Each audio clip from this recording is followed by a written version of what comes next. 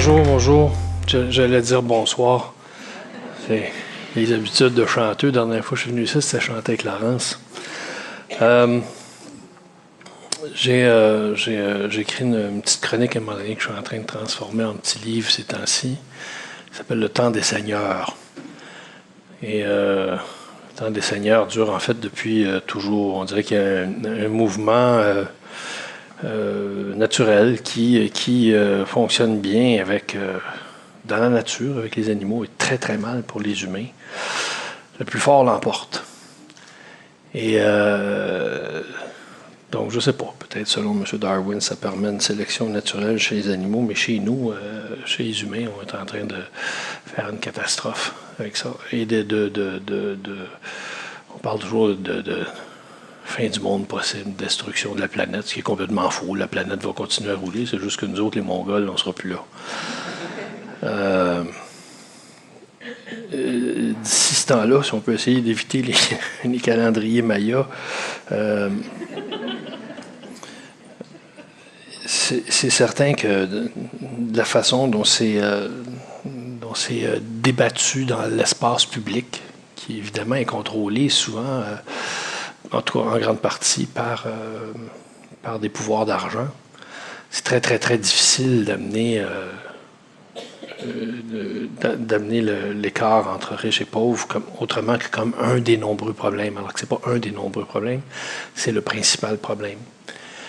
Il n'y a rien de changé. Le mot démocratie est une joke. C'est galvaudé, c'est manipulé, toujours par ces mêmes politiciens au service de grosses compagnies. C'est ces grosses compagnies-là qui leur payent leur campagne et puis qui vont leur donner de la job une fois qu'ils vont être sortis. Alors, c'est encore toujours cette même clique qui, depuis des milliers d'années, ça a toujours été comme ça dans la nature humaine. C'est un des côtés sombres de la nature humaine. Au plus fort, au plus manipulateur, au plus chanceux aussi, ce sont des choses qui se transmettent de génération en génération, de contrôler. Et maintenant, vu qu'on a instauré des systèmes de vote, on pense que c'est ça la démocratie, et ça se manipule. Il est de plus en plus difficile d'amener le vrai débat sur la vraie ère publique. Parce que ce débat-là, évidemment, dérange ceux qui essayent de tout garder. Je crois que c'est très humain d'en vouloir plus. À un moment donné, je me disais, écoutez, il y a peut-être une maladie mentale que quand tu as fait 17 milliards dans une année, tu vas te suicider. Si tu ne fais pas ton 18e, ça devrait porter un nom, cette maladie-là. Il doit y avoir quelque chose. Mais je pense qu'en fait, on n'est jamais rassuré. Puis je pense qu'on veut toujours plus. On veut toujours garder. On veut toujours à soi. Ce qui, donc, n'établit pas des règles du jeu. Nous autres, on a des banques qui nous aident des fois au refuge. Mais évidemment, ils aident dans leur... répondons au téléphone, tout de suite, ça va être réglé. La dernière fois qu'il y en a un qui a fait ça dans mes shows, j'ai répondu. C'était sa femme. J'ai dit, ben alors, c'est qui la dame blonde avec des gros seins? Il n'y en avait pas de dame blonde avec des gros seins, mais lui, il avait du damage control à faire rentrer à la maison.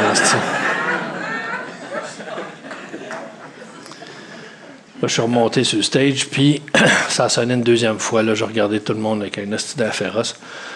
T'as le mien, câlisse. Essaye de faire des tunes tristes après, tu sais. Alors, évidemment, je suis pas... on se doute bien, je ne suis pas statisticien, tu sais. Mais moi, ce que je voulais vous parler, c'est les implications directes sur ces choses-là que moi, je vois. Par exemple, j'habite au centre-ville. Par exemple, on se fabrique des histoires quand on voit des gens dans la misère. Toujours, juste le fait de voir un jeune dans la rue, puis de dire, avant de lui avoir parlé, avant de dire qu'il pourrait se trouver une job, déjà là, tu t'es fabriqué une histoire dans ta tête pour justifier le fait que c'est dur de le regarder, parce que tu vois de la souffrance. Donc, tu t'es fait un jugement dans ta tête, un jugement avant de savoir, un préjugement, c'est ça, des préjugés. On est tous victimes de ça à un moment donné. En fait, nous, on a tous un préjugé quelconque, mais quand on s'en aperçoit, il faut corriger. Alors, dans le paquet de jobs que je fais, c'est toujours un peu la même chose. C'est de ramener le regard sur les gens qu'on ne regarde plus parce qu'ils n'ont pas la même chance, qu'ils n'ont pas eu la même chance que les autres. Ils n'ont pas eu les mêmes moyens que les autres. Bon, évidemment, je suis au refuge, j'ai beaucoup travaillé avec la clinique du docteur Julien, qui fait quelque chose d'intelligent. Lui, quand il y a des enfants troublés à sa clinique, il ne s'occupe pas juste de l'enfant, il met tout un setup alentour de toute la famille, parce que la famille en a besoin. Des parents qui pognent les nerfs, qui tombent sur la dope, ou qui, parce qu'ils n'ont aucun moyen de s'en sortir, et qu'ils n'imaginent jamais qu'ils auront moyen de s'en sortir. Ça fait des générations qui sont dans cette espèce de sous-couche maltraitée et délaissée de la population qu'on n'aime pas regarder. L'écart entre riches et pauvres, ce n'est pas un écart, c'est un vol. Ce vol-là fabrique de la vraie misère et des vraies tragédies.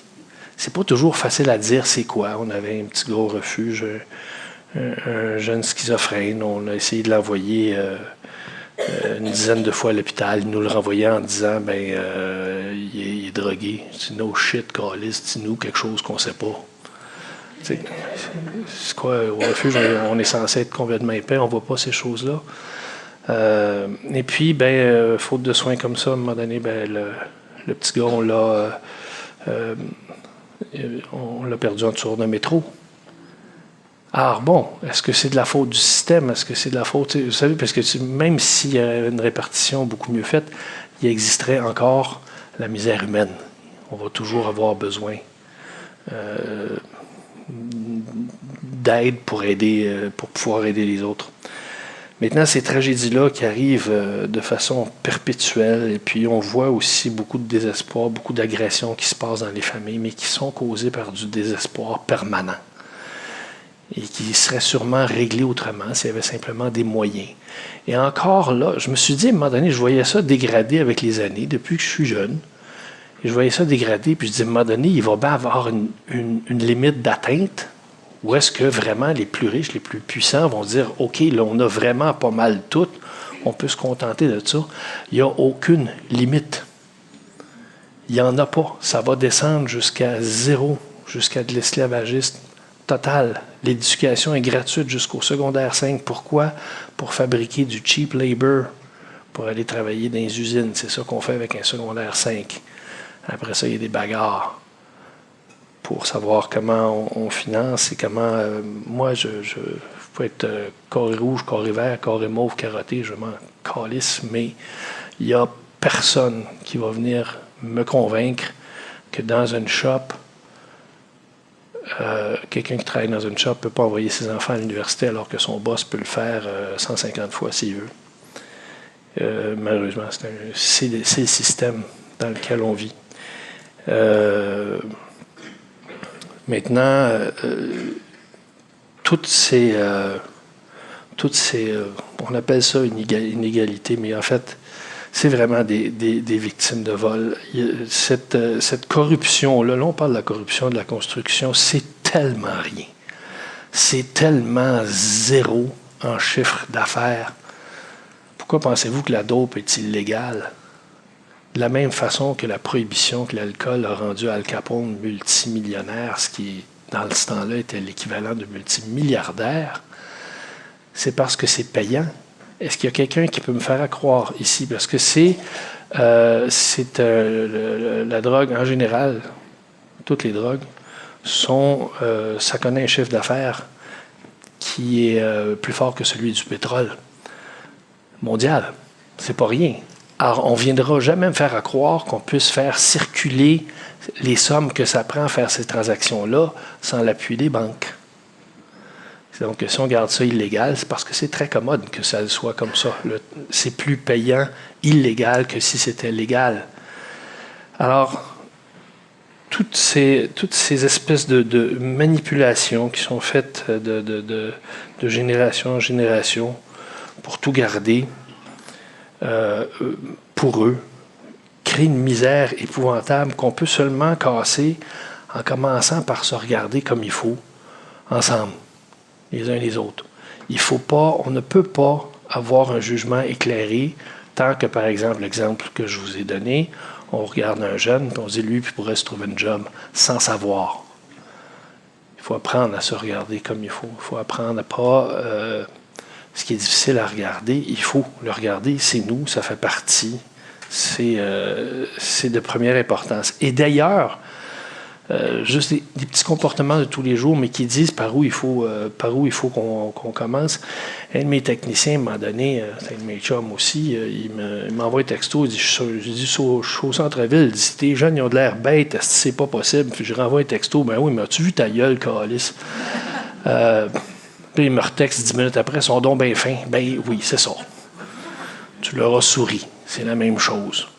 Vous savez, quand on n'a pas une pièce à donner à un sans-abri, ça les fait pas souffrir. Ça les fait chier, ça les fait pas souffrir. C'est un autre dossier, ça. Ce qui les fait souffrir, c'est quand on passe devant et qu'on refuse de les regarder. Quand un squeegee est dans notre vitre et qu'on regarde en avant parce qu'on ne veut pas le voir. Moi, si je te fais ça à toi, là, ça veut dire que je refuse que tu existes. C'est extrêmement méchant pour des gens qui sont en pleine souffrance, en pleine crise. C'est extrêmement souffrant. Si je fais ça toute la journée, c'est assez joli, mademoiselle, je vais vous le dire, en tant que chanteur, j'ai le droit de dire cette affaire-là, moi. Mais si je vous dis de cette façon-là, par exemple, soit en refusant de vous regarder, ou je vous le dis, ou je vous le fais savoir, de façon ou d'une autre que je vous trouve laide. Bon, une fois, peut-être drôle, là, 10 fois, ça l'est moins, 100 fois par jour, par tout le monde, vous allez physiquement devenir laide. C'est comme ça que ça marche. Ça marche dans l'autre sens aussi. T'sais, à chaque fois que je passe devant vous, vous avez des boucles dans le nez, vous en arrachez, c'est difficile. Mais moi, je vous trouve cute, j'aime vos yeux quand je passe. Je passe, je vous fais un sourire. Pas grand-chose, j'ai pas une scène, je fais un sourire. Une journée, ben oui, j'ai un peu d'argent, moi, je cherche un café, je vais venir vous donner 2 piastres, venir boire un café avec vous, je vais repartir, je vais faire mon petit bout de chemin. Tout le monde fait ça, vous allez redevenir belle. Ça marche comme ça. Quand on applique ce raisonnement-là, on commence à se comporter de façon civilisée, la vraie civilisation. La civilisation est censée nous défendre contre les excès des gros voleurs. Quand on commence à se comporter de façon civilisée comme ça, on fait beaucoup de bien à tout le monde et à soi-même. On vit mieux ensemble. Déjà, nous deux, on vivrait bien comme ça. En se croisant tous les jours, ça marcherait bien, on serait salut. Vous savez, dans le centre-ville, on voit beaucoup d'intolérance, mais on voit aussi beaucoup... moi, je reste sur le bout du village gay. En fait, j'ai calculé quand j'ai rénové, les pièces en avant ne sont pas dans le village gay, puis la chambre en arrière, elle l'est théoriquement. Fait que mes gars qui rénovaient ne voulaient pas rénover en arrière. Ils disaient, hey, vous me fatiguez, Nasty, là. Et c'est merveilleux, ce quartier-là, j'adore ça. Parce qu'il y a plein de gays, d'hétéros, de vieux, de jeunes, de riches, de pauvres. Puis tout le monde vit ensemble. Pas tout le temps bien, mais souvent bien. Souvent, ce monde-là parle, discute dans la rue. Le seul bon move que le maire La Bonté a fait avant de se faire pogner la main dans le sac à papier brun, ça a été d'ouvrir la rue Sainte-Catherine. Et ça, bon, c'est évident que si tu vends des pièces de char, c'est un peu désagréable, mais ceux qui ont des restaurants, des bars sont plutôt contents. Et c'est hallucinant de voir tout le monde assis ensemble. Il y a un paquet de place pour s'asseoir, puis ça se jase. Puis et ça, on ne retrouve pas ça nulle part ailleurs. Et il ne faut pas se demander pourquoi, par exemple, en région, ils sont tous férocement anti-carré rouge. Ils n'étaient pas aux manifestations ici. Alors, aux manifestations ici, tu avais 15 000 personnes qui marchaient là, tu avais 3 fauteurs de troubles là, puis 15 médias ici. Personne là. C'est ce qu'ils ont vu tout le long. Alors, tout d'un coup, ils ont succombé à un mensonge du pouvoir parce que je pense que beaucoup de monde a compris maintenant que ça a été une crise fabriquée, ça. Cette hausse-là, juste avant de partir en élection, le refus de négocier total du début jusqu'à la fin, ou non, on va se rencontrer, on va discuter, mais pas de l'augmentation. Ben là, quoi, la météo, aussi? Alors, c'était une crise fabriquée parce que c'était évident que le gouvernement Charest, je ne rends pas responsable de tous les maux, mais ce coup-ci, c'était bien évident que ce gouvernement-là ne pouvait pas vraiment partir en campagne électorale sur le thème de la corruption. Alors,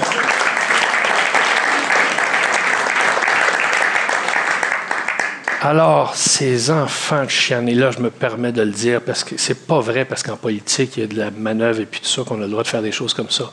Ils se sont fabriqués d'autres bandits, pour pas qu'on regarde leur magouille, ils se sont fabriqués des bandits avec nos enfants. Esti. Et ça, c'est insupportable. Et ça, c'est ce qui arrive quand on laisse dériver tous ces systèmes-là de puissance et qu'on ne prend pas assez notre parole. Et notre parole, elle commence par se prendre, parce qu'on peut la prendre séparément, on a tous un devoir de parole. Moi, je la prends ici, il y a une gang, c'est le fun. Mais je rentre chez nous, s'il y a juste mon fils qui est là, ben, il y a une personne. Je parle à mon fils, j'écoute mon fils. On se parle, on avance pendant ce temps-là. Quand tout le monde fait ça, quand tout le monde se regarde, quand tout le monde se parle, on constitue une force à ce moment-là. Une force qui peut intervenir de mieux en mieux et commencer à exposer les mensonges. Et commencer aussi à faire de la rassurance. Parce que, par exemple, les gens qui sont en dehors de Montréal, férocement anticarrés rouges, mais avec de la haine, là, c'est comme digne de la matricule 728 des fois. Là. C'est comme, tu sais, c'est assez cute ce que j'ai entendu. Parce que c'est assez courant, ce langage-là. Il ne faut pas se tromper, là. C'est une dame qui est très malade, qui a besoin de soins. C'est très évident, mais c'est pas comme si elle était la seule. On le sait très bien, on l'a vécu cet été, mais on le voit aussi, on l'entend sur les ondes de certaines radios, on le voit dans certains médias. Puis après ça, évidemment, si tu restes à Saint-Gneuf-Gneuf, tout ce que tu as, c'est ce que les médias te rapportent parce que tu n'es pas là. Et les médias ne rapportent que ça. Cette affaire ici, puis ils ne voient rien là. Alors, c'est évident que c'était pour braquer la société, faire deux camps sur la société sur un faux enjeu, un enjeu qui n'en était pas un. Le vrai enjeu, c'était leur bilan. Et dans leur bilan, il y avait beaucoup de corruption. Puis c'est évident qu'ils ne voulaient pas en parler. Et ça a marché. C'était même pas une lutte à 3. C'était une lutte à 2. Les libéraux sont restés. Ils sont à quelques pointages du PQ. Ça a fonctionné. Donc, il faut commencer, si on veut, c'est évident qu'il faut contrer le mensonge. On n'y arrivera pas par les médias traditionnels. Déjà, les petits Twitter, les petits Facebook, c'est bien, mais si tu as 4 personnes qui te suivent, bon, c'est bien, mais il faut commencer à se regarder, se reconnaître pour qui on est tout le monde. Et quelqu'un qui est dans la misère, hey, on va remettre les BS au travail. Si j'entends du monde dire ça encore une fois, il va pogner mon poing dans le front. Tu n'as pas le droit de dire des choses comme ça. C'est irresponsable. Tu ne peux pas généraliser comme ça, mentir comme ça. Encore une fois, jouer au gros courageux en tapant sur les plus faibles puis en protégeant les plus forts qui sont ceux qui te payent, soit dit en passant. On ne peut pas continuer à accepter cette sorte de langage-là. Alors pour ça, évidemment, on est beaucoup plus efficace pour défendre nous-mêmes les démunis quand nous-mêmes, on est prêts. On est proche des démunis, on se sent une grande proximité avec les démunis et on se trouve beaucoup de points communs dans notre propre démunitude. Excusez, je connais 200 mots, j'invente le reste, moi, ça se passe comme ça. Et j'ai un secondaire 4, soit dit en passant, il faut que je m'arrange avec ça, puis je gagne ma vie avec ça. Pourquoi vous achetez mes disques, c'est pas possible. Mais, alors, une fois qu'on s'est bien reconnu, qu'on s'est bien regardé, qu'on a échangé, qu'on arrête de penser un et l'autre. Et même les riches, il ne s'agit pas de les attaquer à coups de mitraillette, c'est de les forcer à faire leur part. Juste part. Il me semble que j'ai entendu ça, Carlis. Hein? Alors pourquoi on demande aux étudiants, puis on ne peut pas demander des compagnies multimilliardaires? C'est évident que c'est parce que c'est un message qui est colporté. Si on commence par se regarder ensemble comme il faut, on va se tenir ensemble. Si on ne porte pas de jugement sur la personne qui ressemble un peu à Maman Bougon, à des choses qui peuvent taper sur les nerfs de la société en général, mais on commence à regarder la personne pour ce qu'elle est vraiment, puis elle le fait, on se rassemble. À ce moment-là, on devient beaucoup plus dur à contourner.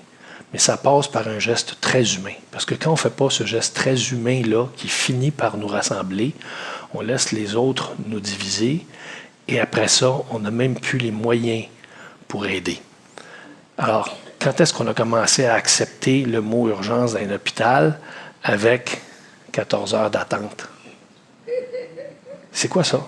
Quand est-ce qu'on a commencé à accepter toutes ces cochonneries-là? On n'a pas d'argent en éducation, on n'a pas d'argent, on n'a pas d'argent, on n'a pas d'argent, alors qu'on voit les banques, les pétrolières se faire des milliards. le plan Nord qui va se faire des milliards pour payer pour les routes, tout en passant. Quand est-ce qu'on a commencé à accepter ça? Il n'y a pas eu une date fatidique. On a accepté progressivement. Il faut désaccepter progressivement. Il faut juste le faire en gang. Il faut toujours se rappeler de ceux qui en arrachent, parce que ce sont des images de nos familles. Moi, c'est comme ça que j'ai toujours pris ça. Quand je vois quelqu'un qui en arrache, moi, il fait partie de ma famille. La société, c'est la famille des familles. Sans ça, c'est pas une société. Et quand on commence à se regarder comme il faut, on se regroupe. Et puis à ce moment-là, de la même façon qu'on a commencé à accepter l'inacceptable, à la même vitesse, tranquillement, on peut désaccepter l'inacceptable. Du moment qu'on est par le cœur, comme ça, en se regardant comme il faut, on est ensemble. À ce moment-là, il n'y a pas une hostie de média qui peut nous jouer d'impact. On va faire le tour, puis on va passer. Et à ce moment-là, nous autres, on ne retrouvera plus un petit schizophrène en dessous des roues du métro, parce que tout ça est relié. Merci beaucoup.